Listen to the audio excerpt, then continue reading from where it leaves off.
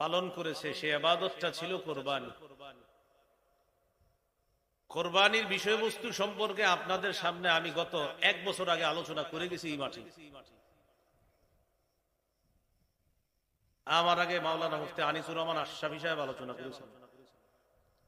13 নম্বর পারার শেষ পৃষ্ঠার উপরে তিনি আলোচনা করেছেন, পুরো মনে আছে। আমি আলোচনা করেছিলাম হজ এবং কোরবানি সম্পর্কে। কোরবানি গেল গত শনিবার। কোরবানির পর আমাদের দেশে মেহমানদারির একটা রমরমা অবস্থা চলল। কেউ সুন্নতি মেহমানদারি পালন করে, কেউ আবার নদী দিয়া টলার দিয়া গান বাজাইতে বাজাইতে বুঝায় আমরা হইলাম এক ধরনের মেহমান, এরকম বুঝায় আরেক এলাকায় যায়। তো সব ধরনের মেহমানদারি এটা মোটামুটি এই সিজনে শুরু হয়। এক তো গোস্ত, আরেক তো আম, কাঁঠাল, আর আল্লাহ রহমতে তিনোটা এখন একসাথে, গোস্ত আবার আম কাঁঠাল। এই জন্য ইব্রাহিম নবীর সম্পর্কে যে আয়াতগুলা জানলাম আমরা, এই আয়াতের প্রথম শিক্ষা মেহমান। আপনার কাছে কি ইব্রাহিম নবীর সম্মানিত মেহমানদের বৃত্তান্ত পৌঁছে? আজকে আমরা ভালো করে জানবো মেহমান আর মেজবান কিভাবে হওয়া যায়, এবং প্রকৃত মেজবান কে আর প্রকৃত মেহমান কে। এই আয়াত থেকে আজকে আমাদের প্রথম শিক্ষা, সমস্ত নবীদের একটা সুন্নত হলো মেহমানদারি করা। এটা নবীদের সুন্নত। বিশেষ করে হাদিসের মধ্যে আসছে, কানা আউয়ালা মান দাইয়াফা দাইফা ইব্রাহিম আলাইহিস সালাতু ওয়াস সালাম। সর্বপ্রথম যিনি মেহমানদারির দুনিয়ার মধ্যে করেছেন, মেহমানদারিকে ব্যাপকভাবে সুন্নাহ হিসেবে প্রতিষ্ঠিত করেছেন যেই নবী, তার নাম ইব্রাহিম আলাইহিস সালাতু ওয়াস সালাম। তাহলে কিছুদিন আগের আমলটাও ইব্রাহিম নবীর সুন্নাহ। নবীজিকে জিজ্ঞাসা করেছিলেন সাহাবায়ে কেরাম, মা হাদিহিল আদাহি ইয়া রাসূলুল্লাহ, হুজুর এই কুরবানি কি? নবীজি বলেছেন, সুন্নাতু আবিকুম ইব্রাহিম আলাইহিস সালাতু ওয়াস সালাম, এটা তোমাদের পিতা ইব্রাহিম নবীর সুন্নাহ। তাহলে কোরবানিও ইব্রাহিম নবীর একটা সুন্নাহ পালন করলাম। আর কোরবানির পরে মেহমানদারি, এই মেহমানদারির ব্যাপকতাও যে নবীর মাধ্যমে এটা প্রতিষ্ঠিত হয়েছে, তার নামও ইব্রাহিম আলাইহিস সালাম। 2 নাম্বার আলোচনা, মেহমানদারি করা আমাদের নবীর নবুয়ত প্রকাশের আগে থেকেই অভ্যাস ছিল মেহমানদারি করা। সুবহানাল্লাহ। সহিহ বুখারীর 3 নম্বর হাদিস, জিবরিল আমিন রাসূল সাল্লাল্লাহু আলাইহি সাল্লামের কাছে আসলেন, সূরা আলাকের 5টা আয়াত দিয়ে গেলেন। নবীজির নবুয়ত প্রকাশ আল্লাহ ঘটায় দিলেন। ফারাজা বিহা রাসূলুল্লাহ সাল্লাল্লাহু আলাইহি ওয়াসাল্লাম ইলা খাদিজা। রাসূলুল্লাহ সাল্লাল্লাহু আলাইহি ওয়াসাল্লাম 5টি আয়াত নিয়ে খাদিজা রাদিয়াল্লাহু তাআলা আনহার কাছে হেরা গুহা থেকে ফিরে আসলেন। ইয়ারজুফু ফুআদুহু, নবীজির অন্তর তখন ছটফট করতেছিল, নবীজির বুক ধড়ফড় করতেছিল। নবীজি ভীত অবস্থায় বাড়িতে আসলেন। আসার পর বললেন, জাম্মিলুনি জাম্মিলুনি, খাদিজা কোথায় আছো? পরিবারের লোকেরা কোথায়? আমাকে চাদর দিয়ে ঢাকো, আমাকে বস্ত্রাবৃত করো, আমাকে কাপড় দিয়ে ঢাকো। ফাজাম্মালুহু হাত্তা যাহাবা আনহুর রাউ', পরিবারের লোকেরা তাকে ঢাকলেন কাপড় দিয়ে, তার ভীতি কেটে গেল। সাল্লাল্লাহু আলাইহি সাল্লামের ভয় কেটে যাওয়ার পর রাসূলুল্লাহ সাল্লাল্লাহু আলাইহি সাল্লাম বললেন, লাকাদ খাশিতু আলা নাফসি, খাদিজা আমার নিজের ব্যাপারে আমি আশঙ্কা করতেছি, আমার ভয় হইতেছে কেউ আমাকে হত্যা করবে মনে হচ্ছে। এই জিবরিল আমিন আরে দেখছে তো, এটা নবীজির কাছে বলেছে যে খাদিজা আমার কেমন জানি মনে হচ্ছে, আমাকে আমি নিজের উপর আশঙ্কা করতেছি। খাদিজা রাদিয়াল্লাহু তাআলা আনহা বললেন, কাল্লা ওয়াল্লাহি লা ইউখজিকাল্লাহু আবাদা, কখনো না, আল্লাহর কসম, আল্লাহ আপনাকে কখনো লাঞ্ছিত করবেন না। কেন লাঞ্ছিত করবে না? আপনার মাঝে স্পেশাল 5টা বৈশিষ্ট্য আছে, স্পেশাল 5টা গুণ আছে। এই 5 গুণে আপনি গুণান্বিত। এরকম গুণ যাদের মধ্যে থাকে তাদেরকে আল্লাহ লাঞ্ছিত করবে না, এটা আমি খাদিজার বিশ্বাস। আর এই 5 গুণ আপনার মধ্যে পরিপূর্ণ আছে। 1 নাম্বার, ইন্নাকা লাতাসিলুর রাহিম, আপনি রক্তের সম্পর্ক রক্ষা করেন। 2 নাম্বার, ওয়া তাকসিবুল মা'দুম, নিঃস্ব মানুষের পাশে আপনি দাঁড়ান। 3 নাম্বার, ওয়া তাহমিলুল কাল্লা, আপনি বোঝা বহন করেন। 4 নাম্বার, ওয়া তাকরিদ দাইফা, আপনি মেহমানদারি করেন।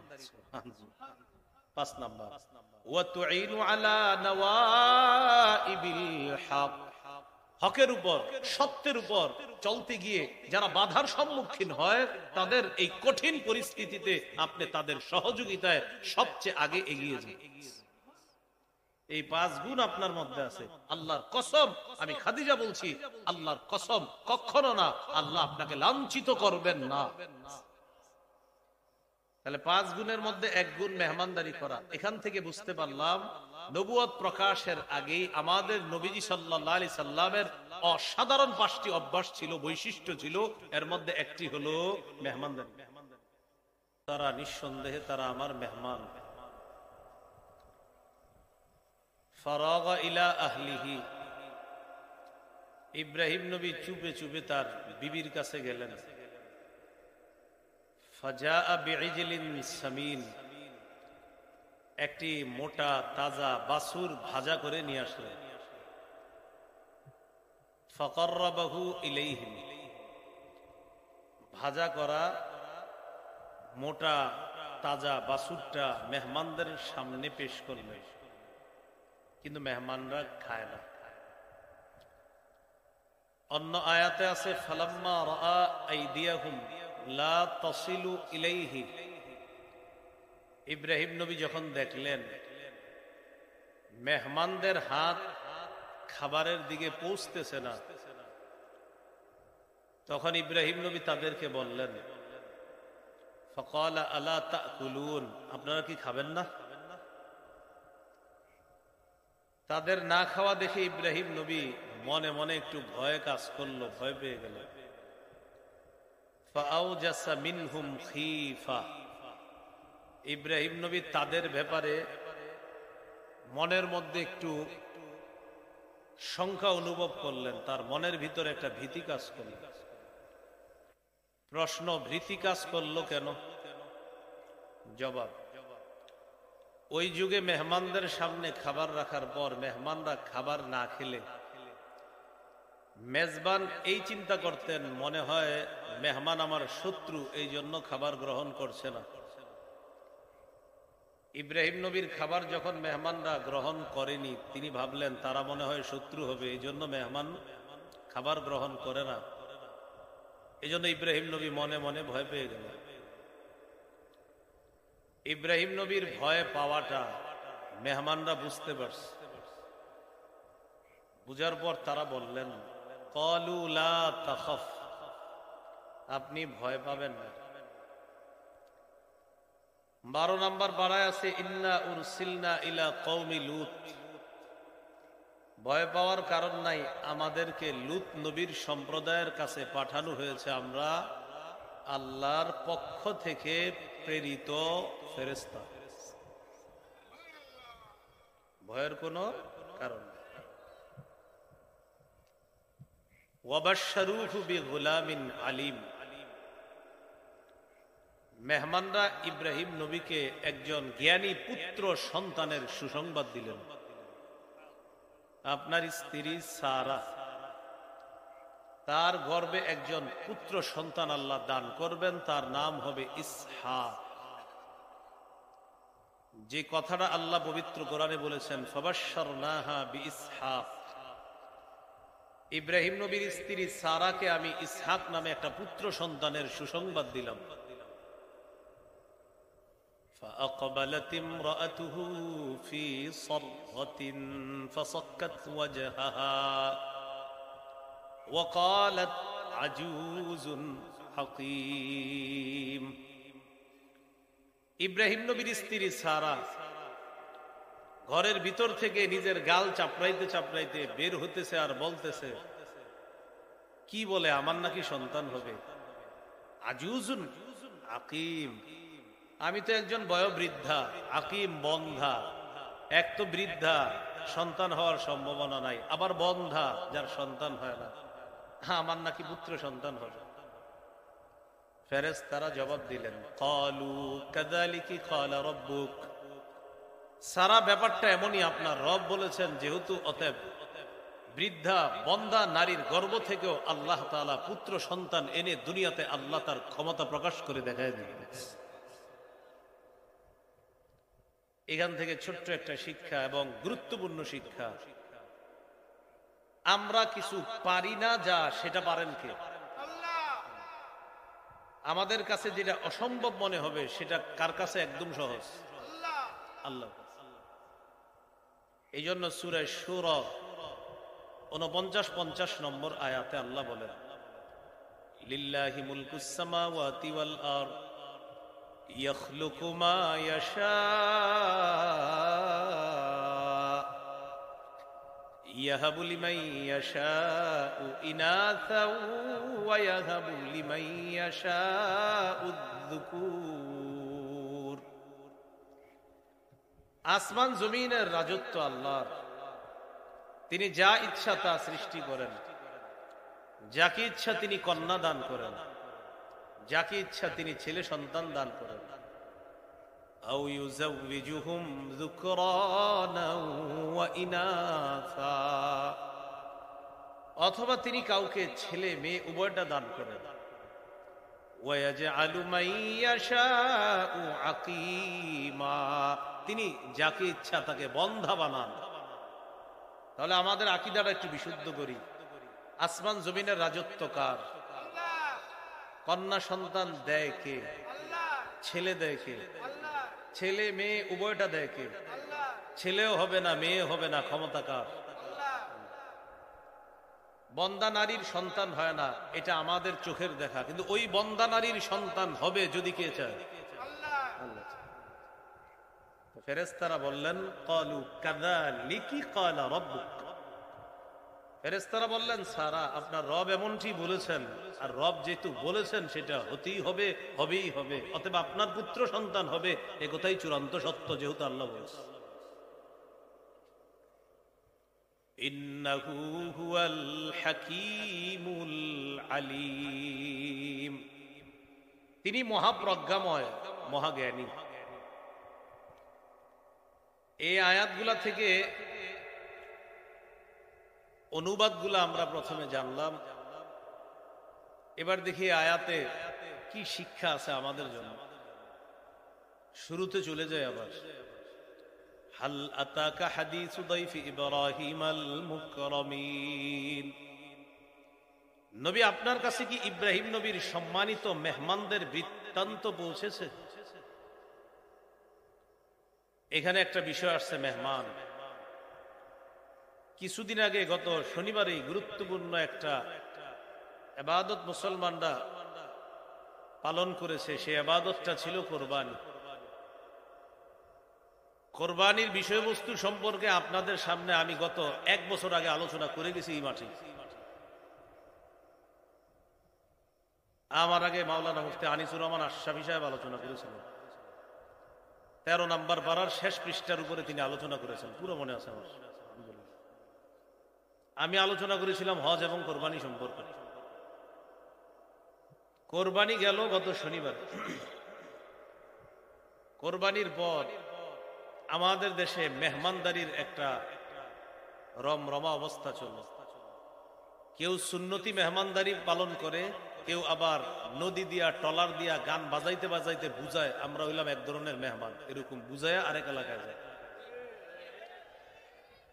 তো সব ধরনের মেহমানদারি এটা মোটামুটি এই সিজনে শুরু হয়। এক তো গোস্ত, আরেক তো আম, কাঁঠাল, আর আল্লাহর রহমতে তিনোটা এখন একসাথে, গোস্ত আবার আম কাঁঠাল।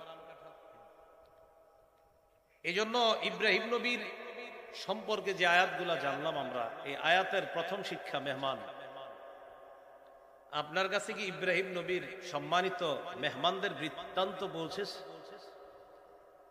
আজকে আমরা ভালো করে জানবো মেহমান আর মেজবান কিভাবে হওয়া যায় এবং প্রকৃত মেজবান কে আর প্রকৃত মেহমান কে। এই আয়াত থেকে আজকে আমাদের প্রথম শিক্ষা, সমস্ত নবীদের একটা সুন্নত হলো মেহমানদারি করা। এটা নবীদের সুন্নত। বিশেষ করে হাদিসের মধ্যে আসছে, কানা আউয়ালা মান দাইয়াফা দাইফা ইব্রাহিম আলাইহিস সালাতু ওয়াস সালাম। সর্বপ্রথম যিনি মেহমানদারির দুনিয়ার মধ্যে করেছেন, মেহমানদারিকে ব্যাপকভাবে সুন্নাহ হিসাবে প্রতিষ্ঠিত করেছেন যেই নবী, তার নাম ইব্রাহিম আলাইহিস সালাতু ওয়াস সালাম। তাহলে কিছুদিন আগের আমল চাও ইব্রাহিম নবীর সুন্নাহ। নবীজিকে জিজ্ঞাসা করেছিলেন সাহাবায়ে কেরাম, মা হাদিহিল আদাহি ইয়া রাসূলুল্লাহ, হুজুর এই কুরবানি কি? নবীজি বলেছেন, সুন্নাতু আবিকুম ইব্রাহিম আলাইহিস সালাতু ওয়াস সালাম, এটা তোমাদের পিতা ইব্রাহিম নবীর সুন্নাহ। তাহলে কোরবানিও ইব্রাহিম নবীর একটা সুন্নাহ পালন করলাম। আর কোরবানির পরে মেহমানদারি, এই মেহমানদারির ব্যাপকতাও যে নবীর মাধ্যমে এটা প্রতিষ্ঠিত হয়েছে, তার নামও ইব্রাহিম আলাইহিস সালাম।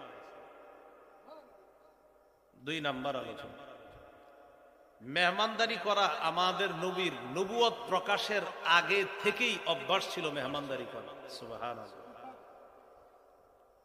সহিহ বুখারীর 3 নম্বর হাদিস, জিবরিল আমিন রাসূল সাল্লাল্লাহু আলাইহি সাল্লামের কাছে আসলেন, সূরা আলাকের 5টা আয়াত দিয়ে গেলেন। নবীজির নবুয়ত প্রকাশ আল্লাহ ঘটায় দিলেন। ফারাজা বিহা রাসূলুল্লাহ সাল্লাল্লাহু আলাইহি ওয়াসাল্লাম ইলা খাদিজা। রাসূলুল্লাহ সাল্লাল্লাহু আলাইহি ওয়াসাল্লাম 5টি আয়াত নিয়ে খাদিজা রাদিয়াল্লাহু তাআলা আনহার কাছে হেরা গুহা থেকে ফিরে আসলেন। ইয়ারজুফু ফুআদুহু, নবীজির অন্তর তখন ছটফট করতেছিল, নবীজির বুক ধড়ফড় করতেছিল। নবীজি ভীত অবস্থায় বাড়িতে আসলেন। আসার পর বললেন, জাম্মিলুনি জাম্মিলুনি, খাদিজা কোথায় আছো? পরিবারের লোকেরা কোথায়? আমাকে চাদর দিয়ে ঢাকো, আমাকে বস্ত্রাবৃত করো, আমাকে কাপড় দিয়ে ঢাকো। ফাজাম্মালুহু হাত্তা যাহাবা আনহুর রাউ', পরিবারের লোকেরা তাকে ঢাকলেন কাপড় দিয়ে। তার ভীতি কেটে গেল সাল্লাল্লাহু আলাইহি সাল্লামের। ভয় কেটে যাওয়ার পর রাসূলুল্লাহ সাল্লাল্লাহু আলাইহি সাল্লাম বললেন, লাকাদ খাশিতু আলা নাফসি, খাদিজা আমার নিজের ব্যাপারে আমি আশঙ্কা করতেছি, আমার ভয় হইতেছে কেউ আমাকে হত্যা করবে মনে হচ্ছে। এই জিবরিল আমিন আরে দেখছে তো, এটা নবীজির কাছে বলে যে খাদিজা আমার কেমন জানি মনে হচ্ছে, আমাকে আমি নিজের উপর আশঙ্কা করতেছি। খাদিজা রাদিয়াল্লাহু তাআলা আনহা বললেন, কাল্লা ওয়াল্লাহি লা ইউখজিকাল্লাহু আবাদা, কখনো না, আল্লাহর কসম, আল্লাহ আপনাকে কখনো লাঞ্ছিত করবেন না। কেন লাঞ্ছিত করবে না? আপনার মাঝে স্পেশাল 5টা বৈশিষ্ট্য আছে, স্পেশাল 5টা গুণ আছে। এই 5 গুণে আপনি গুণান্বিত। এরকম গুণ যাদের মধ্যে থাকে তাদেরকে আল্লাহ লাঞ্ছিত করবে না, এটা আমি খাদিজার বিশ্বাস। আর এই 5 গুণ আপনার মধ্যে পরিপূর্ণ আছে। 1 নাম্বার, ইন্নাকা লাতাসিলুর রাহিম, আপনি রক্তের সম্পর্ক রক্ষা করেন। 2 নাম্বার, ওয়া তাকসিবুল মা'দুম, নিঃস্ব মানুষের পাশে আপনি দাঁড়ান।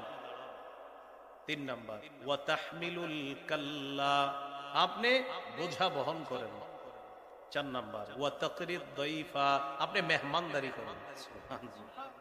5 নাম্বার, ওয়া তুঈনু আলা নওয়াইবিল হক, হকের উপর, সত্যের উপর চলতে গিয়ে যারা বাধার সম্মুখীন হয়, তাদের এই কঠিন পরিস্থিতিতে আপনি তাদের সহযোগিতায় সবচেয়ে আগে এগিয়ে যান। এই 5 গুণ আপনার মধ্যে আছে। আল্লাহর কসম, আমি খাদিজা বলছি, আল্লাহর কসম, কখনো না, আল্লাহ আপনাকে লাঞ্ছিত করবেন না। তাহলে 5 গুণের মধ্যে 1 গুণ মেহমানদারি করা। এখান থেকে বুঝতে পারলাম নবুয়ত প্রকাশের আগেই আমাদের নবীজি সাল্লাল্লাহু আলাইহি সাল্লামের অসাধারণ 5টি অভ্যাস ছিল, বৈশিষ্ট্য ছিল, এর মধ্যে একটি হলো মেহমানদারি। 3 নাম্বার, মেহমানদারি করা সাহাবায়ে কেরামের আদর্শ। এই ব্যাপারে কয়েকটি দৃষ্টান্ত আমরা শুনব। দৃষ্টান্ত নাম্বার 1, সহিহ বুখারীর বর্ণনা 3798 নম্বর হাদিস। এই হাদিসের মধ্যে আসছে এক ব্যক্তি রাসূলুল্লাহ সাল্লাল্লাহু আলাইহি সাল্লামের কাছে মেহমান হলেন। নবীজির কাছে মেহমান হওয়ার পর ফাবাআথা ইলা নিসাইহি, রাসূলুল্লাহ সাল্লাল্লাহু আলাইহি ওয়াসাল্লাম তার স্ত্রীদের কাছে সংবাদ পাঠাইলেন খোঁজ নেওয়ার জন্য, ঘরে কোনো খাবার আছে কিনা, আমার কাছে একজন মেহমান আসছে, তাকে মেহমানদারি করতে হবে। ফাকুলনা মা মা'ানা ইল্লাল মা, সব বিবিরা জবাব দিলেন আমাদের ঘরে পানি ছাড়া আর কিচ্ছু নেই। কি ছাড়া? পানি ছাড়া কিচ্ছু নাই, সব বিবিরা জবাব। রাসূলুল্লাহ সাল্লাল্লাহু আলাইহি সাল্লাম যখন জানলেন ঘরে পানি ছাড়া কিছুই নাই, একটা ঘোষণা করলেন, মাইয়াজুম্মু আও মাইয়ুদিফু হাদা, তোমাদের মধ্যে কে আছো আমার এই মেহমানকে মেহমানদারি করবা? আছো কেউ? ফাকামা রাজুলুম মিনাল আনসার, এক আনসারী সাহাবী দাঁড়িয়ে বললেন, আনা ইয়া রাসূলুল্লাহ, হুজুর আমি আছি, আমি আপনার মেহমানকে মেহমানদারি করব। ফানতালাকা বিহি ইলা ইমরাআতিহি, মেহমানকে নিয়ে বাড়িতে গেলেন। স্ত্রীর কাছে গিয়ে বললেন, আকরিমি দাইফা রাসূলিল্লাহি সাল্লাল্লাহু আলাইহি ওয়াসাল্লাম, বাড়িতে মেহমান নিয়ে আসছি, এটা সাধারণ মেহমান নয়, আল্লাহর রাসূলের মেহমান। আকরিমি দাইফা রাসূলিল্লাহি সাল্লাল্লাহু আলাইহি ওয়াসাল্লাম, আল্লাহর রাসূলের মেহমানকে যথেষ্ট সম্মান করো, খাতিরদারি করো, যত্নে যেন কোনো অবহেলা না হয়, কারণ এটা আল্লাহ রাসূল সাল্লাল্লাহু আলাইহি সাল্লামের। স্ত্রী যে জবাব দিলেন আপনারা অবাক হবেন শুনে। স্ত্রী বললেন, মা ইনদানা ইল্লা কুতু সিবিয়ানিনা, আমাদের বাসায় বাচ্চাদের খাবার ছাড়া আর কোনো খাবার নেই। আপনি রাতে খাবার খাবেন, এই খাবারও নাই। আমি খাবো, এই খাবারও নাই। আমি কষ্ট করে বাচ্চাদের জন্য কিছু খাবার সংগ্রহ করেছিলাম, এটা আছে, এটা বাচ্চারা খাবে, সেটা আমিও খাবো না, আপনিও খাবেন না, বাচ্চারা হয়তো একটু খাবার খাবে, এতটুকু আছে, আর কিচ্ছু নাই করে। এটা কে বলতেছে? যিনি নিয়ে আসছে। তো স্বামী তার স্ত্রীকে 3টি কথা বললেন। 1 নাম্বার, বাচ্চাদের খাবারটাই ভালো করে প্রস্তুত করো। ওয়া আসবাহি সিরাজাক, বাতিটা জ্বালায় দেওয়া পাবে। ওয়া নাওয়িমি সিবিয়ানাকি ইযা আরাদু আশা, বাচ্চারা রাতের খাবার চাইলে তুমি তাদেরকে কোন একটা বুঝ দিয়ে ঘুম পাড়ায়া দিবে। খাবা খাবা আসে না, বিভিন্ন বুঝ দিয়ে, ভুলভাল বুঝ দিয়ে ঘুম পাড়ায়া দিবে। ফাহাইয়াত তাআমাহা, স্ত্রী খাবার প্রস্তুত করছে। ওয়া নাওয়ামাত সিবিয়ানাহা, বাচ্চাগুলারে ঘুম পাড়ায় দিছে। এবার স্বামী বললেন, মন দিয়ে শোনো, তুমি বাতিটা ঠিক করার বাহানায় বাতির কাছে যাইবা, যাওয়ার পর বাতিটাকে নিভাইয়া দিবা, নিবানোর পর তুমি খালি বারবার ঠিক করতে চাইবা, কিন্তু বাতি কিন্তু ঠিক হবে না। তুমি খালি ঠিক করতে চাইবা, বাতি ঠিক হবে না। এক্ষেত্রে মেহমানরে আমরা খাবার দেওয়ার পর মেহমান খাবার শুরু করবে, আর মেহমান মেজবান ছাড়া খাবে না। তখন মেহমান আমাকে বলবে, ভাইজান আপনি খাবেন না? আমিও মুখ নাড়াবো, তুমিও মুখ নাড়াবা, অন্ধকারের মধ্যে আমরা দুইজন মুখ নাড়ায়া বুঝামো আমরাও খাইতেছি, আপনিও খান। আর যতক্ষণ মেহমানের খাবার শেষ না হবে বাতি কিন্তু ঠিক হবে না, ততক্ষণ তুমি খালি বাতি ঠিক করতে চাইবা, কিন্তু ঠিক হবে না। মেহমানের সামনে কোন খাবার? ওই বাচ্চাদের খাবার। মেহমান খাবার শুরু করছে, স্বামী স্ত্রী দুইজন মুখ নাড়ানো শুরু করছে। স্ত্রী বাতির সামনে গিয়ে একটা বাহানায় বাতিটা নিভাইয়া দিছে। এই বাতি নিবানোর পর এখন আর এটা ঠিক হয় না, এটা নিভেই দিছে। এই অবস্থা হওয়ার পর আপনারা পেরেশান হয়ে যাবেন, আমার গরম দিকে পেরেশান হয়ে যাবেন। আমি খালি একটু ঘাম মুছলেই খালি দেখি বাপ ফ্যানের দিকে তাকান, তখন আমি টেনশনে পড়ে যাই, আপনার আমার দিকে তাকায় থাকেন। ঘাম তো গরমকালে ঘামাবি, এটাই স্বাভাবিক, এই পেরেশানির কিছু নেই। আমি ঘামাইলে আপনারা সাথে সাথে দুই ফ্যানের দিকে তাকায় না, বয়ান শুনলেন না। রাসূলুল্লাহ সাল্লাল্লাহু আলাইহি সাল্লামের সাহাবী এবং তার স্ত্রী মেহমানকে খাবার দিলেন, মেহমান খাইতেছে আর তারা দুইজন মুখ নাড়াইতেছে। ইউরিয়ানিহি আন্নাহুমা ইয়াকুলান, তারা দুইজন বুঝাইতেছে আমরাও খাইতেছি, আপনি খান আমরাও খাইতেছি। ফাবাতা তাওয়িয়াইন, রাতের বেলা ক্ষুধার্ত অবস্থায় স্বামীও কাটাইয়া দেয়, স্ত্রীও কাটিয়ে দিছে, বাচ্চাগুলোও ক্ষুধার্ত অবস্থায় রাত পার করে দিছে। মেহমানের যেন কোনো কষ্ট না হয়, কথায় কষ্ট না হয়, কর্মে যেন কষ্ট না হয়। আমরা খাই নাই এটা মেহমান বুঝলে এটাও কষ্ট পাবে, তাই মেহমান যেন কোনো কষ্ট না পায় এমন একটা পরিস্থিতি তৈরি করেছে স্বামী আর স্ত্রী মিলে। বাস এইভাবে মেহমানের সুন্দরভাবে মেহমানদারি করার পর রাত শেষ হলো। পরের দিন সাহাবী রাসূলুল্লাহ সাল্লাল্লাহু আলাইহি সাল্লামের কাছে গেলেন। যাওয়ার পর নবী বললেন, দাহিকা রাব্বুনা আল-লাইলাতা আও আজিবা রাব্বুনা মিন ফাআলিকুমা। কি ব্যাপার, তুমি আর তোমার স্ত্রী গত রাতে মেহমানের সাথে কি করেছো? তোমাদের দুইজনের এই অসাধারণ মেহমানদারি দেখা আল্লাহ খুশিতে হাসি দিয়ে কোরআনের আয়াত নাযিল করেছেন। সূরা হাশরের 9 নম্বর আয়াত। কোন আয়াতটা নাযিল করছে? সূরা হাশরের 9 নম্বর আয়াত। ওয়ায়ুসিরুনা আলা আনফুসিহিম ওয়ালাউ কানা বিহিম খাসাসা। নবীর সাহাবীদের অভ্যাস হলো এমন, নিজেদের প্রচন্ড প্রয়োজন থাকা সত্ত্বেও তারা নিজেদের উপর অন্যদেরকে প্রাধান্য দেয়। তারা প্রচন্ড প্রয়োজন থাকা সত্ত্বেও নিজেদের উপর অন্যদেরকে তারা প্রাধান্য দেয়। এটা হলো আমার নবীর সাহাবীদের অভ্যাস। সাহাবীদের এই সুন্দর অভ্যাসের প্রশংসা করে আল্লাহ তাআলা সূরা হাশরের আয়াত নাযিল করেছেন। এই হলো সাহাবীদের মেহমানদারি। একটা দৃষ্টান্ত, আরেকটা দৃষ্টান্ত দেখি। ইবনে আবি দুনিয়া হাদিসের একটা কিতাব, 20 নম্বর হাদিস। এই হাদিসের মধ্যে আছে, কানা আসহাবুস সুফফাতি ইদা আমসাউ ইনতালাকার রাজুলু বির রাজুল ওয়ার রাজুলু বির রাজুলাইন। মদিনায় নবীজির প্রতিষ্ঠিত একটা মাদ্রাসা আছে, মাদ্রাসাতুস সুফফা। ওই মাদ্রাসাতুস সুফফার ছাত্রদেরকে বলা হয় আসহাবুস সুফফা। আসহাবে সুফফা বা ওই মাদ্রাসার ছাত্র যারা, তারা পড়াশোনা করতেন। সাহাবীরা রাতের বেলা কি করতেন? কেউ একজন ছাত্র তার বাসায় নিয়ে যেতেন, কেউ দুইজন ছাত্র তার বাসায় নিয়ে যেতেন মেহমানদারি করার জন্য, যেটা বর্তমান জামানায় আমরা বলি জায়গির বা লজিং। জায়গির বা লজিং। তো এইভাবে একজন দুইজন নিয়ে যেতেন। فأما سعد بن عبادة فكان ينطلق ب80 كل ليلة। কোন সাহাবী একজন নিয়ে যাইতেন, কোন সাহাবী দুইজন নিয়ে যাইতেন। আল্লাহ রাসূলের একজন সাহাবী নাম সাদ ইবনে উবাদা। এই সাদ ইবনে উবাদা প্রতি রাতে 80 জন মুসলমানের মেহমানদারি করতেন। প্রতি মাসে, প্রতিদিন রাতে। কেউ একজন নিয়ে যাইতেন, কেউ দুইজন। সাদ ইবনে উবাদা 80 জন সাহাবীর মেহমানদারি প্রতি রাত। আরেকটা দৃষ্টান্ত দেখি, ইবনে আবি দুনিয়া 49 নম্বর হাদিস। আব্দুল্লাহ ইবনে ওমর রাদিয়াল্লাহু তাআলা আনহুমা তিনি বলেন, আহাব্বুত তাআমি ইলাল্লাহ মা কাসুরাত আলাইহিল আইদি।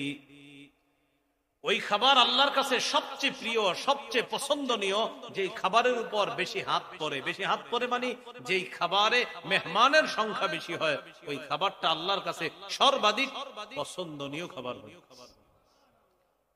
তাহলে দেখেন তো মেহমানদারি করার কত ফজিলত আমরা কামাই করতে পারি। শুধু নিয়তের স্বচ্ছতা দরকার। কি দরকার? নিয়তের স্বচ্ছতা। প্রতিদিন কিন্তু আপনার এই কোরবানির পরে হয়তো মেহমান হইতেছেন, না হয় আপনার বাড়িতে মামা আসতেছে, অমুকে আসতেছে, বেয়ে আসতেছে, মেয়ের জামাই আসতেছে, তারা বেড়াইতে। আর একটা দৃষ্টান্ত নেই, নতুন বিয়ে করছে এক সাহাবী। সহিহ বুখারীর বর্ণনা 5597 নম্বর হাদিস। এক সাহাবী নতুন বিয়ে করছে, নাম আবু উসাইদ আস-সাঈদী। হাদিসের বর্ণনাকারী সাহাবীর নাম সাহল ইবনে সাদ আস-সাঈদী, আর যার ব্যাপারে বর্ণনা করছে তার নাম আবু উসাইদ আস-সাঈদী। তিনি হলেন নতুন দুলা, বিয়ে করছে। বিয়ে করার পর তিনি অলিমার অনুষ্ঠান করলেন, আয়োজন করলেন। অলিমা মানে ছেলের বাড়িতে অনুষ্ঠান, ওই অনুষ্ঠানে উভয় পক্ষের লোকেরা খাবে।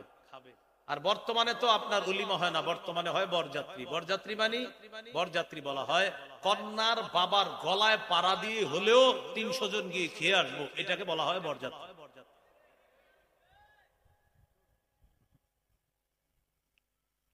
যেভাবে হোক খাওয়াইতে হইব। কেন? ছেলে বিয়ে করছে, এটাই তো বেশি। তো যাওয়া রয়ে গেছে, আপনার কি করবেন করেন, আমার তো সামর্থ্য কম না, প্রয়োজনে আপনার মেরেলাম, তাও করেন। কন্যাযাত্রী শুনছেন কোনদিন? আরে শুনছেন কন্যাযাত্রী নাকি বরযাত্রী? অথচ উচিত ছিল কন্যাযাত্রী হওয়া, হয়ে গেছে বরযাত্রী। বরযাত্রী মানে বরের সাথে যাবে, গিয়ে কন্যার বাবার গলায় পাড়া দিয়ে হলেও খেয়ে আসবে। রাসূলুল্লাহ সাল্লাল্লাহু আলাইহি সাল্লামের সাহাবী অলিমা করলেন।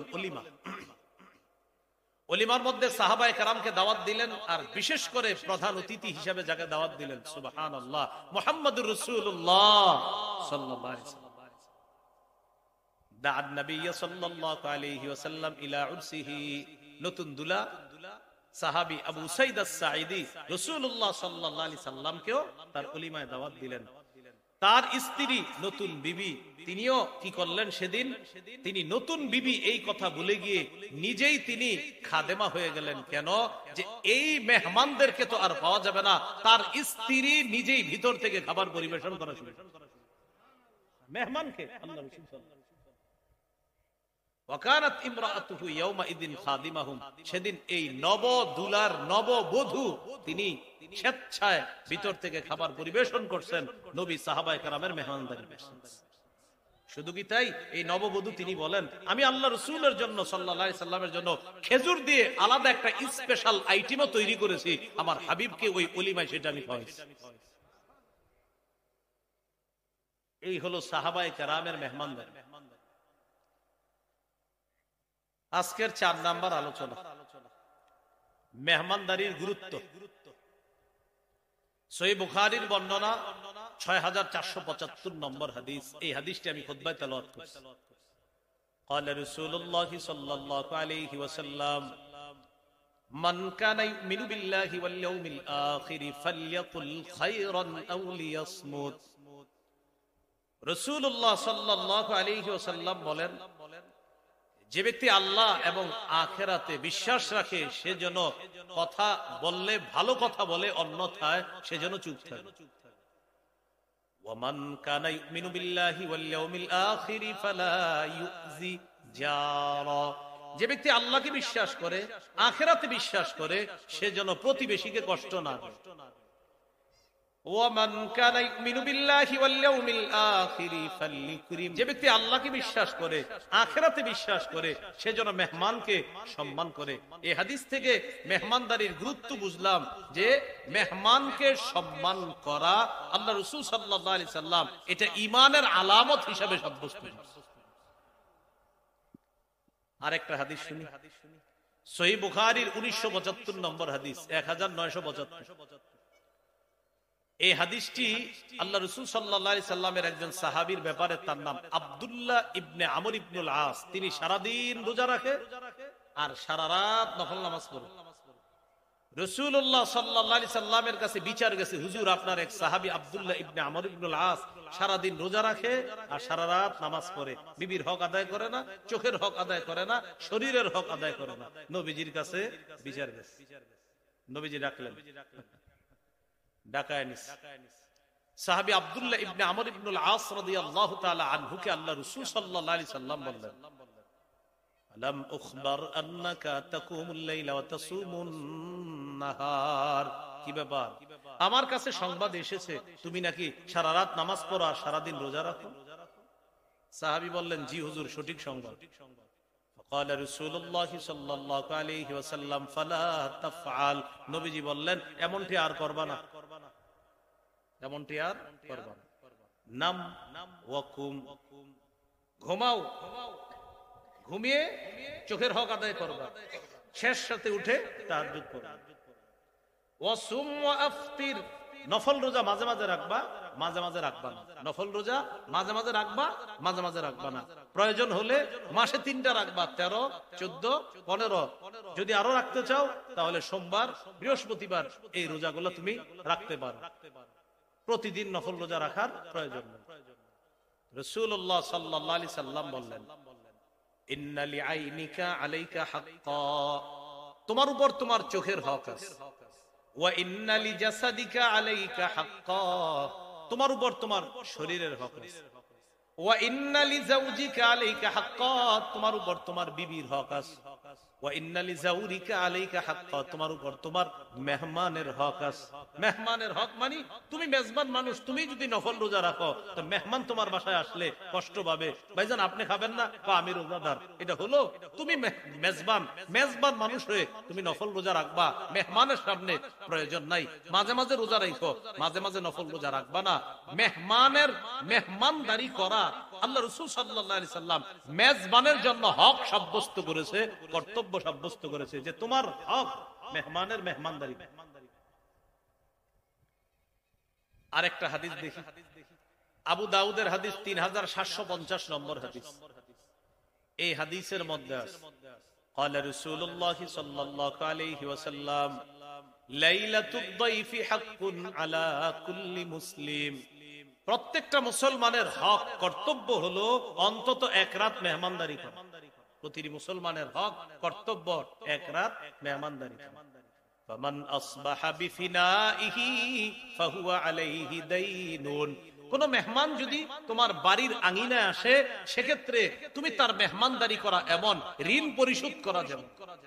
বুঝছেন কথাটা? ঋণ পরিশোধ করতে হয় কিনা? আরে বলেন ঋণ পরিশোধ করতে হয় কিনা? নবীজি বলেন ঋণ পরিশোধ করা যেমন ওই মেহমানদারির মেহমানদারি করবা। মেহমানের মেহমানদারি করাটা তোমার ঋণ পরিশোধ করার মতো। মেহমানদারি যেমন করতে হয়, ঋণ পরিশোধ যেমন করতে হয়, মেহমানদারিও তোমার করতে হয়।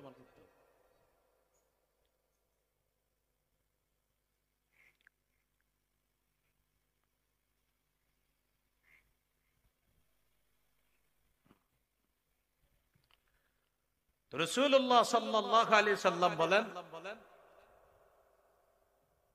হয়ে গেছে মেহমানদারির মেহমানদারি করা, মেহমানের মেহমানদারি করা, এটা ঋণ পরিশোধ করার মতো হক সাব্যস্ত করেছেন রাসূলুল্লাহ সাল্লাল্লাহু আলাইহি সাল্লাম। এখন আপনারা বলেন ঋণ কি দিতে হয় কিনা? এক মেহমানদারিও করতে হয়, এটা রাসূল সাল্লাল্লাহু আলাইহি সাল্লাম অধিকার সাব্যস্ত করেছেন। আরেকটা হাদিস শুনি, সহিহ বুখারী 6137 নম্বর হাদিস। এই হাদিসটি শোনার পর একটু অংশে আপনাদের হাসি উঠবে, বাকি শিক্ষণীয় হাদিস। সাহাবায়ে কেরাম রাসূলুল্লাহ সাল্লাল্লাহু আলাইহি সাল্লামের কাছে এসে বললেন, তাবাআসুনা ফানানজিলু বিকাউম ফালা ইয়াকরুনানা, হুজুর মাঝে মাঝে আপনি আমাদেরকে বিভিন্ন এলাকায় পাঠান, কিছু এলাকার মধ্যে অনেক মানুষ আমাদেরকে মেহমানদারি করে না, খাবার শেষ হয়ে যায় মেহমানদারি করে। নবীজি বললেন তাই শোনো তোমরা, ইন নাযালতুম বিকাউম, যখন তোমরা কোন এলাকায় গিয়ে অবস্থান করবা, ফাআম্মারু লাকুম বিমা ইয়ানবাগি লিদ-দাইফি ফাকবালু, তারা যদি তোমাদের জন্য মেহমানদারির আয়োজন করে তাহলে সেটা গ্রহণ করবে। ইল্লাম ইয়াফালু, আর তারা যদি মেহমানদারি না করে, ফাখুযু মিনহুম হাক্কাদ-দাইফ, তাদের কাছ থেকে মেহমানদারির হক আদায় করে নিন। এইটা কিন্তু আবার পিস্তল ধরে কইেন আমারে খাওয়াও, বিষয়টা কিন্তু এমন না যে ছুরি ধরে বললেন হয়তো, মানে নবীজি গুরুত্ব বুঝাইলেন যে ওরা মেহমানদারি না করলে বুঝে নিবা যে ভাই মেহমানদারি করবেন না কেন, আমরা দূর থেকে আসছি এরকম। তো রাসূল সাল্লাল্লাহু আলাইহি সাল্লাম গুরুত্ব বুঝাইছে যে মেহমানদারি কতটা গুরুত্বপূর্ণ ইবাদত। এখানে কিন্তু আবার জোর দেওয়া যাবে না। সহিহ বুখারী 6139 নম্বর হাদিস। এই হাদিস থেকে আমরা শিখবো মেহমানকে খুশি করার জন্য প্রয়োজনে মেজবান নফল রোজা ভাঙতে হবে। মেহমানকে খুশি করার জন্য প্রয়োজনে মেজবান নফল রোজা ভাঙা যায়। দলিল সহিহ বুখারী 6139 নম্বর হাদিস। সালমান রাদিয়াল্লাহু তাআলা আন আবু দারদা রাদিয়াল্লাহু তাআলা আনহুর সাথে ভ্রাতৃত্বের সম্পর্ক নবীজি করে দিয়েছেন। হযরত সালমান আর আবু দারদা এই দুই সাহাবীর মাঝে ভ্রাতৃত্বের সম্পর্ক করে দিয়েছেন। ভ্রাতৃত্ব মানে মুহাজির সাহাবীকে আনসার সাহাবীর সাথে আল্লাহ রাসূল এটা ভ্রাতৃত্বপূর্ণ সম্পর্ক করে দিতেন, যে তোমরা দুইজন ভাই ভাই, ব্যবসা করবা একসাথে, লাভ করবা একসাথে, এরকম ভ্রাতৃত্বের সম্পর্ক গড়ে দিতেন। সালমান রাদিয়াল্লাহু তাআলা আনহু গেলেন আবু দারদা রাদিয়াল্লাহু তাআলা আনহুর বাড়িতে মেহমান হিসেবে। যাওয়ার পর সালমান রাদিয়াল্লাহু তাআলা আনহু গিয়ে বুঝতে পারলেন তার স্ত্রীর শরীরের কাপড়টা ময়লা। স্ত্রী ভিতর থেকে বললেন যে আপনার ভাই তো বাড়িতে নাই। সালমান রাদিয়াল্লাহু তাআলা আনহু বুঝতে পারলেন যে আবু দারদা রাদিয়াল্লাহু তাআলা পরিবারের কোনো খোঁজ খবর বেশি রাখে না, স্ত্রীর খোঁজ রাখে না, সন্তানদেরও খোঁজ রাখে না। একটু পরে আবু দারদা রাদিয়াল্লাহু তাআলা আনহু বাড়িতে আসলেন। বাড়িতে আসার পর সালমান রাদিয়াল্লাহু তাআলা আনহুর সামনে খাবার নিয়ে গেলেন। কে? আবু দারদা। খাবার নিয়ে যাওয়ার পর আবু দারদা রাদিয়াল্লাহু তাআলা সালমান রাদিয়াল্লাহু তাআলা আনহুকে বললেন, কুল ফাইন্নী সাইম, আপনি খান, আমি রোজাদার। সালমান রাদিয়াল্লাহু তাআলা আনহু বললেন, লা আকুলু হাত্তা তাকুলা, আপনি না খাওয়া পর্যন্ত আমি খাবো না। মেহমান মেজবানকে বললেন, আপনি না খাওয়া পর্যন্ত আমি খাবো না। আমি তো রোজাদার। রোজা ভাঙেন, কিন্তু আপনি না খাওয়া পর্যন্ত আমি খাবো না। মেহমানকে খুশি করার জন্য তার রোজা ভাঙানো হয়েছে, তিনিও খেয়েছেন নফল রোজা। সালমান রাদিয়াল্লাহু তাআলা আনহু আগে থেকে জানছেন তিনি পরিবারের তেমন খবর রাখে না। সালমান রাদিয়াল্লাহু তাআলা আনহু কি করলেন, রাতের বেলা আবু দারদা রাদিয়াল্লাহু তাআলা আনহুর সাথে শোয়ার ইচ্ছা ব্যক্ত করলেন, মানে ওনার সাথে ঘুমাবে। কেন? কারণ উনি সারা রাত নামাজ পড়ে, স্ত্রীর কোনো খোঁজ খবর রাখে না। তো বলছে আপনার সাথে আমি ঘুমবো, যদি আপনি সারা রাত নামাজই পড়েন, একসাথেই থাকবে। একসাথে আবু দারদা রাদিয়াল্লাহু তাআলা আর সালমান রাদিয়াল্লাহু তাআলা কি করছে জানেন? সালমান রাদিয়াল্লাহু তাআলা আনহুকে শোয়া দিয়া আবু দারদা রাদিয়াল্লাহু তাআলা আনহু নামাজে দাঁড়াবে মাত্র ওই টাইমে সালমান রাদিয়াল্লাহু তাআলা আনহু বলেন, নাম আসেন। নাম এটা আরবি, নাম মানে হলো ঘুমান, আসেন ঘুমান। নামাজ পড়বো না, কয় না ঘুমান। নফল নামাজে দাঁড়াইছিল। কিছুক্ষণ ঘুমানোর পর আবার উঠছে। উঠার পর সালমান রাদিয়াল্লাহু তাআলা আনহু আবার বললেন, নাম ঘুমান। উনি আবার ঘুমাইছে, আবার কিছুক্ষণ পর উঠছে। উঠার পর সালমান রাদিয়াল্লাহু তাআলা আনহু বললেন, নাম ঘুমান। আরে ভাই নামাজ পড়বো না, আপনি ঘুমান। ফালাম্মা কানা আখিরুল লাইল, যখন শেষ রাত হলো তখন আবু দারদা রাদিয়াল্লাহু তাআলা আনহু উঠলেন, সালমান রাদিয়াল্লাহু তাআলা আনহু উঠলেন। হ্যাঁ, এবার সমস্যা নেই, আপনিও তাহাজ্জুদ পড়েন, আমিও তাহাজ্জুদ পড়ি। কোন রাতে? শেষ রাতে। সারা রাত কিন্তু ঘুম পাড়াইছে, শেষ রাতে উঠছে, আপনিও তাহাজ্জুদ পড়বেন, আমিও তাহাজ্জুদ পড়ব। তা আপনারা আবার চিন্তা করতে পারেন, হুজুর শেষ রাত তাহলে কখন? সাহাবায়ে কেরাম নবীজি তারা কি করতেন? এশার নামাজের পরপরই তারা ঘুমিয়ে যেতেন। এশার পরপর রাসূলুল্লাহ সাল্লাল্লাহু আলাইহি সাল্লাম এশার পরপরই ঘুমিয়ে যেতেন। তো শেষ রাতে উঠলেন, উঠার পর দুই সাহাবী নামাজ পড়লেন, ফজর পড়লেন। ফজর পড়ার পর আবু দারদা রাদিয়াল্লাহু তাআলা সালমান রাদিয়াল্লাহু তাআলা আনহুকে বললেন, ভাই তুমি কি শুরু করলা গতকালকে থেকে আমার সাথে? আমারে রাতে নামাজ পড়তে দাও না, দিনের বেলা নফল রোজা রাখতে দাও না।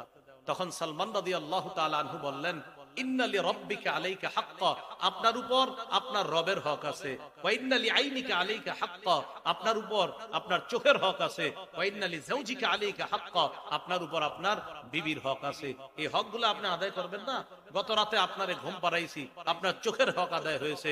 শেষ রাতে আমি আপনি উঠে নামাজ পড়ছি, এটাতে রবের হক আদায় হয়েছে।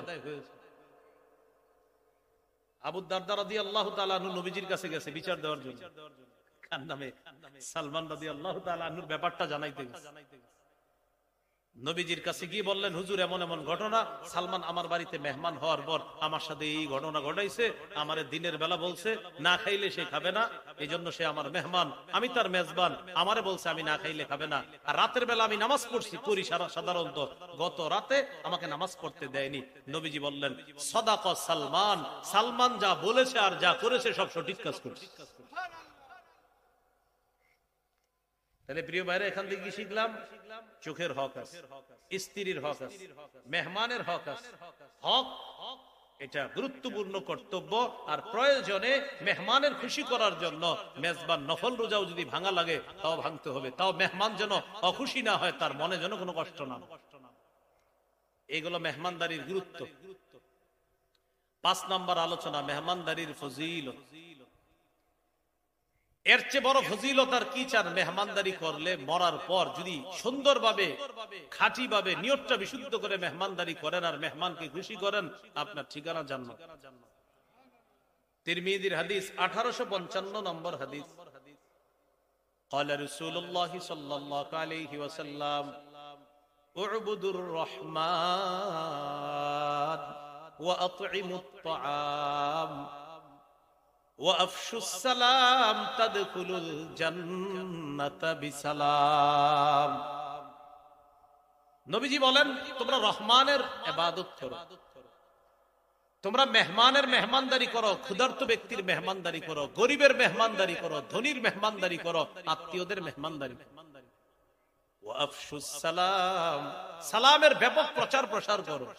তাদখুলুল জান্নাতা বিসালাম, মৃত্যুর পর নিরাপদে জান্নাতে প্রবেশ করো। মৃত্যুর পর নিরাপদে জান্নাতে প্রবেশ করো। মেহমানদারির আরেকটা ফজিলত, জান্নাতের ভিতরে আল্লাহ তাআলা অনেক সুন্দর বালাখানা প্রস্তুত করে রাখছে। এই বালাখানা যাদের জন্য আল্লাহ নির্মাণ করেছেন, ওই মানুষগুলোর মধ্যে এক শ্রেণী হলো যারা দুনিয়াতে মেহমানদারি। তিরমিজির হাদিস, 2527 নম্বর হাদিস। قال رسول الله صلى الله عليه وسلم إن في الجنة لغرفا يرى ظهورها من بطونها وبطونها من ظهورها। জান্নাতে কিছু অনিন্দ সুন্দর বালাখানা আছে, যার ভিতরের সৌন্দর্য বাহির থেকে দেখা যাবে, বাহিরের সৌন্দর্য ভিতর থেকে দেখা যাবে, এমন কিছু বালাখানা আছে। আমাদের বর্তমান দুনিয়ার পৃথিবীর মধ্যে কিছু কাজ আছে, যে কাজগুলো এমন, যেমন এই বিল্ডিংটার কাজই মনে হয় এমন, যেটা বাহির থেকে ভিতর দেখবেন না, ভিতর থেকে বাহির দেখা যাবে। এরকম না অনেক কাজ আছে, আমরা ভিতর বাহির থেকে কিছু দেখবো না, ভিতরের মানুষ আমাদেরকে দেখবে। তো জান্নাতের অনিত্য সুন্দর বালাখানার ভিতরের সৌন্দর্য বাহির থেকে, আর বাহিরের সৌন্দর্য ভিতর থেকে উপলব্ধি করা যাবে, অবলোকন করা যাবে। এক গ্রাম্য ব্যক্তি দাঁড়ায় বললেন, লিমান হিয়া ইয়া রাসূলুল্লাহ, হুজুর এত সুন্দর বালাখানা কাদের জন্য? فقال رسول الله صلى الله عليه وسلم لمن اطاب الكلام, যে ব্যক্তি সুন্দর করে দুনিয়াতে কথা বলে তার জন্য। সুন্দর করে উত্তম কথা বলে, মানে মিথ্যা বলে না, সত্য কথা বলে, যা বলে ভালো কথা বলে, সুন্দরভাবে উত্তম ভাবে কথা বলে, তার জন্য। ওয়াদামাত তাআম, যে ব্যক্তি মেহমানদারির অভ্যাসটা নিয়মিত করে, মানে তার একটা অভ্যাসই হলো সে মেহমানদারি করেই খুশি হয়, মানে প্রায় গরিবরে মেহমানদারি করে, ধনীদেরকেও মেহমানদারি করে, আত্মীয়দেরকে মেহমানদারি করে, এই অভ্যাসটা তার প্রায় অভ্যাস এরকম মেহমানদারি। ওয়াসাল্লা বিল্লাইলি ওয়ান নাসু নিয়াম, মানুষ যখন রাতে ঘুমায়, শেষ রাতে মানুষগুলা ঘুমায়, ওই ব্যক্তি উইঠা আল্লাহর জন্য তাহাজ্জুদের সালাত আদায় করে, তাদের জন্য এই অনিদ্য সুন্দর বালাখানা আল্লাহ প্রস্তুত করেন। আরেকটা ফজিলত শুনেন। قال رسول الله صلى الله عليه وسلم لا تزال الملائكة تصلي على أحدكم ما دامت مائدته موضوعة بين يديه حتى يرفع। মেজবানের দস্তরখান যতক্ষণ বিছানো থাকে, এর মানে মেজবানের দস্তরখানে যতক্ষণ মেহমান থাকে, ফেরেশতারা আল্লাহকে বলে, আল্লাহ মেজবানকে মাফ করে দেন, আল্লাহ মেজবানকে মাফ করে দেন, আল্লাহ মেজবানকে মাফ করে দেন। আপনি ঘরের মালিক, আপনারা হলেন মেজবান, আপনাদের ঘরে অতিথি হয়ে মানুষ খাবার খাচ্ছে, ফেরেশতারা বলে, আল্লাহ মেজবানকে মাফ করেন, মেজবানকে মাফ করেন, মেজবানকে মাফ করেন। এই হলো মেহমানদারির ফজিলত। আজকে 6 নম্বর আলোচনা, মেহমানদারির খাবার বরকতি খাবার। বলেন সবাই, মেহমানদারির খাবার কি খাবার? এই জন্য মেহমান ঘরে আসলে মনে করবেন বরকত এসেছে, কারণ এই খাবার বরকতি, ইয়াকিন করবেন এটা বরকতি খাবার। হয়তো চোখে দেখি না, কিন্তু আল্লাহ কখনো কখনো দেখায়ও দিচ্ছে। সুবহানাল্লাহ, আল্লাহ দেখায় দিছে, এরকম একটা দৃষ্টান্ত শুনবো কিনা বলেন? সহিহ বুখারী 6141 নম্বর হাদিস। এই হাদিসটি যার ব্যাপারে বলা হবে তিনি পৃথিবীর শ্রেষ্ঠ মুসলিম উম্মত, নাম কি হতে পারে? আবু বকর সিদ্দিক রাদিয়াল্লাহু তাআলা। হাদিসের বর্ণনাকারী হলেন তার ছেলে আব্দুর রহমান ইবনে আবু বকর, মানে আবু বকর সিদ্দিক, টেনশন করেন না, আবু বকর সিদ্দিক রাদিয়াল্লাহু তাআলা আনহুর ছেলে আব্দুর রহমান হলেন হাদিসের বর্ণনাকারী। তো তিনি বলেন, জা আবু বকরিন বিদাইফিন আও আদিয়াফ, আমার আব্বা আবু বকর সিদ্দিক রাদিয়াল্লাহু তাআলা একজন অথবা একাধিক মেহমান নিয়ে বাসায় আসছে। তিনি মেহমানদেরকে বাড়িতে রাইখা রাসূলুল্লাহ সাল্লাল্লাহু আলাইহি সাল্লামের কাছে চলে গেছে। নবীজির কাছে যাওয়ার পর তিনি আর আসে না। বাড়িতে কারা? মেহমান। মেহমানরা প্রচন্ড ক্ষুধার্ত, উনি বাড়িতে আসে না। বাড়িতে যারা আছে তারা মেহমানের সামনে খাবার দিছে। মেহমানরা বলতেছে আমাদের মূল মেজবান কোথায়, মানে আবু বকর সিদ্দিক রাদিয়াল্লাহু তাআলা আনহু কোথায়? উনি না আসলে আমরা খাবো না। তো উনি তো নবীজির দরবারে। তিনি রাতের বেলা আসছেন। আসার পর তার স্ত্রী তাকে দেখে বললেন, ইহতাবাসতা আন দাইফিক আও আদিয়াফিক, মেহমান থুইয়া কোথায় গেছে? কোথায় হারিয়ে গেলেন মেহমান থুই? কেন? আমা আশাইতিহিম, তুমি কি তাদেরকে রাতের খাবার দাও নাই? স্ত্রী বললেন, আরাদনা লাহু, রাতের খাবার দিয়েছিলাম, মেহমানদের সামনে পেশ করেছিলাম, কিন্তু মেহমানরা খাবে না, আপনি ছাড়া নাকি তারা মেহমানদারি গ্রহণ করবে। আবু বকর সিদ্দিক রাদিয়াল্লাহু তাআলা রাগ হয়ে গেলেন, হ্যাঁ এতক্ষণে মানুষকে না খাওয়া রাখে মেহমান। ফাসাব্বা ওয়া জাদ্দা, তিনি বকাঝকা করলেন। তার ছেলে আব্দুর রহমান ইবনে আবু বকর বলেন, ইখতাবাতু, আমি লুকিয়ে গেলাম, কারণ আমি জানি আব্বা এখন আমারও বকাঝকা করবে, আমিও বাড়িতে। তো আব্বা বলতেছে, ইয়া গুনসার, ওহে মূর্খ তুমি কোথায়? মানে বাবা সন্তানকে বলতেছে। বুঝতেছি আমারে খুঁজতেছে। এখন আমাদের বাংলাদেশি ভাষায় ওটা কই, মানে যারে বকবে বাবা, অপদার্থ ছেলেটা কই, বাংলাদেশি কথায় বললাম। ছেলে কিন্তু মাস্টার পাস, ছেলে মাস্টার পাস, ছেলে মুহাদ্দিস শাইখুল হাদিস, ছেলেরে বলে তুই একটা মূর্খ। বেচারা কিন্তু শাইখুল, বেচারা মুহাদ্দিস, বেচারা মাস্টার পাস। তো বাবা সন্তানকে এটা বলতে। তো আবু বকর সিদ্দিক রাদিয়াল্লাহু তাআলা আনহু বললেন, কোথায় ওটা? তো আব্দুর রহমান ইবনে আবু বকর বলেন, আমি লুকায় রইছি। আবু বকর সিদ্দিক রাদিয়াল্লাহু তাআলা আনহু বললেন, আল্লাহর কসম লা আতামু, আজকে আমি খাবো না। কেন তোমরা মেহমানদারিতে দেরি করলে? আবু বকর সিদ্দিক রাদিয়াল্লাহু তাআলা আনহুর স্ত্রী বললেন, আল্লাহর কসম আমিও খাবো না, আপনি না খাইবেন। কি হয়ে গেল ঘটনাটা? মূল মেজবান তিনি শপথ করলেন খাবেন না। তার স্ত্রী আব্দুর রহমান ইবনে আবু বকর, মানে আব্দুর রহমানের আম্মা, আব্দুর রহমানের আব্বা হলেন আবু বকর রাদিয়াল্লাহু তাআলা, তিনি শপথ করে বললেন আমি খাবো না। তো তিনি বলেন, আম্মাও শপথ করে বলতেছে আব্বা না খাইলে আম্মা খাবেন। এবার দুইজন শপথ করে ফেললো খাবে না। এবার মেহমানের সামনে খাবার দিছে। খাবার দেওয়ার পরে মেহমান বলতেছে আপনি খাবেন না, মানে আবু বকর সিদ্দিক রাদিয়াল্লাহু তাআলা আনহুকে। তখন জানানো হলো তিনি শপথ করছে আজকে খাবে না। মেহমানরাও বললেন আল্লাহর কসম তিনি না খাইলে আমরাও খাবো না। শপথ হয়ে গেল কয়টা? তিনটা। প্রধান মেজবান তিনিও খাবেন না। এরপরে যিনি ঘরের আপনার রান্না বান্নার কাজের যিনি মেজবান তিনিও খাবেন না, শপথ করছে। আর মেহমান মূল যারা আজকের অতিথি তারাও শপথ করছে আমরা খাবো না। তিনটা শপথ হয়ে গেছে। আবু বকর সিদ্দিক রাদিয়াল্লাহু তাআলা আনহু বললেন, কান্না হাযিহি মিনাশ শায়তান, ব্যাপারটা শয়তানের থেকে ঘটতেছে। কার থেকে? শয়তানের। খাবার আনো, শপথ ভাঙো, সবাই খাবো। শপথ ভাঙছে তিনজন, তিন শ্রেণী শপথ ভেঙে ফেলছে। ভাই কথা বুঝতেছেন তো সবাই? তিন শ্রেণী শপথ ভেঙে ফেলছে। শপথ ভাঙার পর এবার ঘটনাটা কি ঘটছে দেখেন। মেহমানের সামনে যখন খাবার দেওয়া হয়, ফাজআলু লা ইয়ারফাউনা লুকমাতান ইল্লা রাবা মিন আসফালিহা আকসারু মিনহা। মেহমানরা যখনই খাবারের লোকমা উঠায়, যেখান থেকে লোকমা উঠায় সেখানে খাবার বেড়ে যায়, যেখান থেকে লোকমা উঠায় সেখানে নিচ থেকে আরো খাবার আগের চেয়ে বেড়ে যায়। লোকমা উঠায় খাবার বেড়ে যায়, খাবার আর শেষ হয় না। মেহমানরা খাবার খায়, সেখানে আবার আগের চেয়ে খাবার বেড়ে যায়। আব্দুর রহমান ইবনে আবু বকর বলেন, ওই বরকতি খাবার নবীর জন্য পাঠায় দিন। মেহমানদারির খাবারে বরকত আসেনি? আল্লাহ দেখাইছিল। অনেক সময় বরকত আছে, আল্লাহ নিশ্চিত বরকত দেয়, হয়তো আমরা দেখতেছি না, কিন্তু উপলব্ধি করতে পারবো হ্যাঁ মেহমানদারিতে বরকত। এই হলো 6 নম্বর আলোচনা।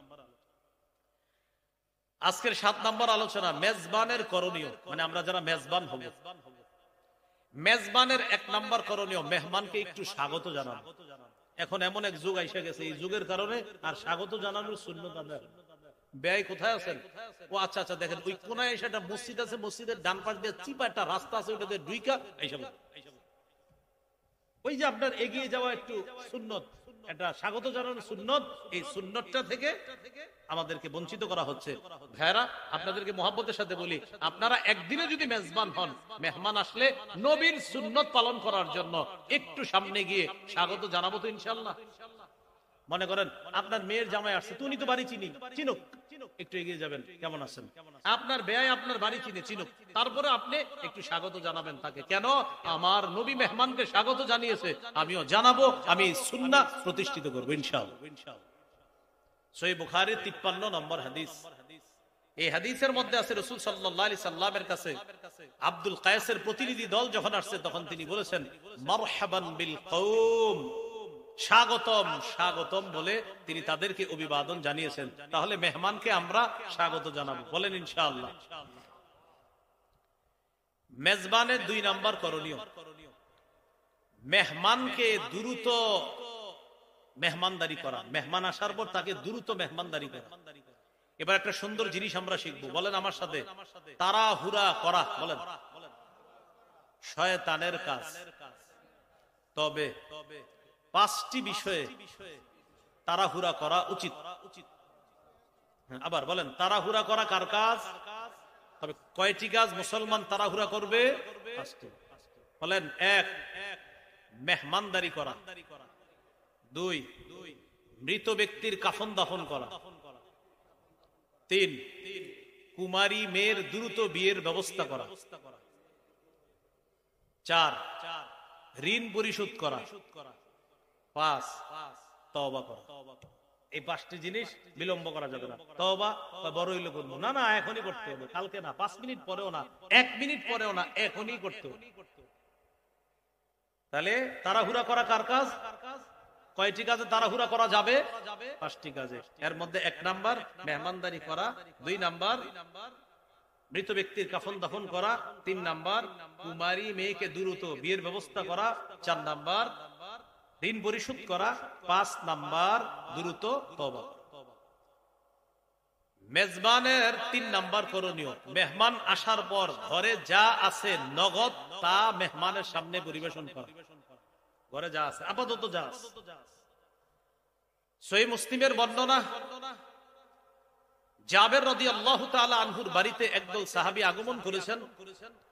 ফাকাররাবা ইলাইহিম খুবজান ওয়া খাল্লা, জাবের রাদিয়াল্লাহু তাআলা আনহু তাদের সামনে রুটি এবং সিরকা দিলেন। ঘরে যা আছে নগদ রুটি এবং সিরকা দেওয়ার পর তিনি বললেন, সামি'তু রাসূলুল্লাহি সাল্লাল্লাহু আলাইহি সাল্লাম ইয়াকুল, আমি রাসূলুল্লাহ সাল্লাল্লাহু আলাইহি সাল্লামকে বলতে শুনেছি, নি'মাল ইদামু আল খাল্লু, সিরকা কতই না উত্তম খাদ্য, উত্তম তরকারি। সুবহানাল্লাহ। আমাদের বাংলাদেশে কি দেয়? আসলেই ট্যাং, লেবু শরবত, নগদ একটা দেয়। তাহলে এটা হলো আপনার মেহমানদারি যিনি করবেন, ঘরে যা আছে নগদ কিছু পরিবেশন করবেন। মেজবানের 4 নাম্বার করণীয়, এটা একটু মন দেন। বলেন, মেহমান যদি আলেম হয়, বলেন তাকে বেশি সম্মান করা। সূরা মুজাদালার 11 নম্বর আয়াতে আছে, ওয়ায়ারফাইল্লাহু আল্লাযীনা আমানু মিনকুম ওয়াল্লাযীনা উতু। চেয়ারম্যান সাহেব নিচে নি বসতে দিন।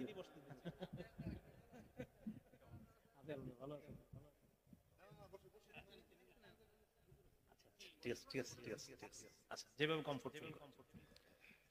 মেজবানের 4 নাম্বার করণীয়, আলেম যদি মেহমান হয় তাকে একটু বেশি মর্যাদা দেওয়া। কেন?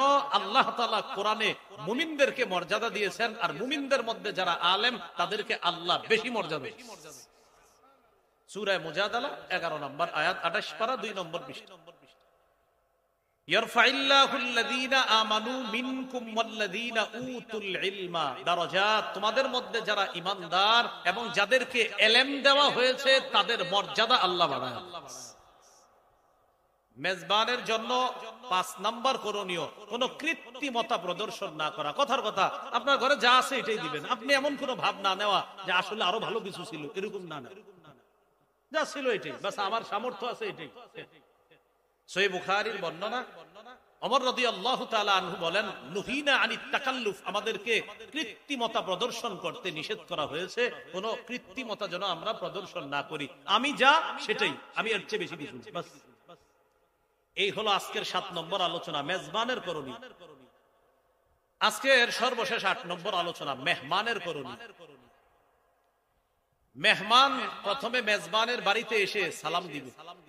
ইব্রাহিম নবীর মেহমানরা এসে কি করেছিলেন? ইজ দাখালু আলাইহি ফাকালু সালামা, মেহমানরা ইব্রাহিম নবীকে সালাম দিয়েছেন। সহিহ বুখারীর 12 নম্বর হাদিসে আছে, ইসলামের সবচেয়ে উত্তম শ্রেষ্ঠ শিষ্টাচারের মধ্যে একটা হলো ইতআমুত তাআম, মেহমানদারি করা, খাবার খাওয়ানো, আরেকটা হলো ওয়া ইফশাউস সালাম, সালামের ব্যাপক প্রচার প্রসার করা। তাহলে মেহমান আইসা মেজবানকে প্রথমে কি করবে? সালাম দিবে। মেহমানের 2 নম্বর করণীয়, মেহমান কোন খাবারের দোষ ধরবে না। মা আবা রাসূলুল্লাহ সাল্লাল্লাহু আলাইহি ওয়াসাল্লাম তাআমান কাত্তু ইনিশতাহাহু আকালা ওয়া ইন কারিহাহু তারাকা। রাসূলুল্লাহ সাল্লাল্লাহু আলাইহি সাল্লাম কোন খাবারের দোষ ধরতেন না। পছন্দ হলে খাইতেন, পছন্দ না হলে খাইতেন না। মনোভূত হলে খাইতেন, মনোভূত না হলে খাইতেন না, কিন্তু দোষ ধরতেন না। কিন্তু আমাদের সমাজে 100টা বিয়ের মধ্যে 100টা বিয়েতেই দোষ ধরে, 99টা না 100টা। আর সেটা যদি কন্যার বাড়ির খাবার হয়, তাহলে কন্যার বাড়ির 100টা কন্যার বাড়ির অনুষ্ঠানেরই দোষ হবে।